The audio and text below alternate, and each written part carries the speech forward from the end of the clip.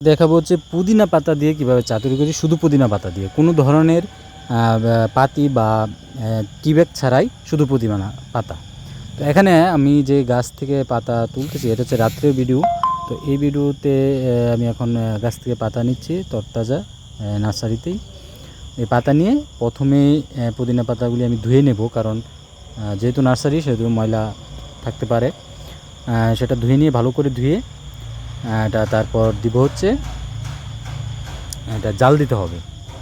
এই যে আমি যে ডেক্সিতে জাল দিচ্ছি দেখেন, এই ডেক্সিতে বিভিন্ন ধরনের চা জাল দেওয়ার কারণে ডেক্সি কালার ক্রিম হচ্ছে, বিশেষ করে অপরাজিতা জাল দেওয়ার কারণে।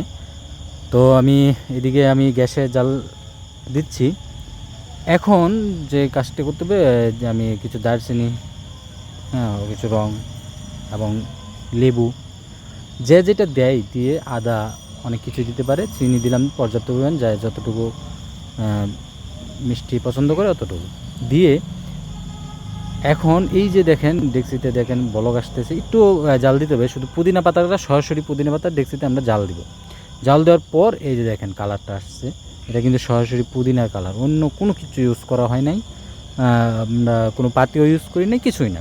পুদিনার ন্যাচারাল যে কালারটা এটা আসছে, এবং এটা কিন্তু সম্পূর্ণ পুদিনার রস থেকেই কিন্তু এই চাটা। এটা শরীরের জন্য অত্যন্ত উপকারী। যারা ঠান্ডা কাশি আছেন তারা তো জানেন, আমরা যারা ঠান্ডা কাশি তারা কিন্তু পুদিনা চা, এবং গলার বিভিন্ন রোগের ক্ষেত্রেও কিন্তু পুদিনা খুব ভালো কাজ করে, এবং শরীরে বিভিন্ন কারণে আমরা পুদিনা পাতা খেয়ে থাকি, ডাক্তাররা সাজেস্ট করে থাকেন। তাই পুদিনা চা দিয়ে আপনারা নিয়মিত চা খেতে পারেন।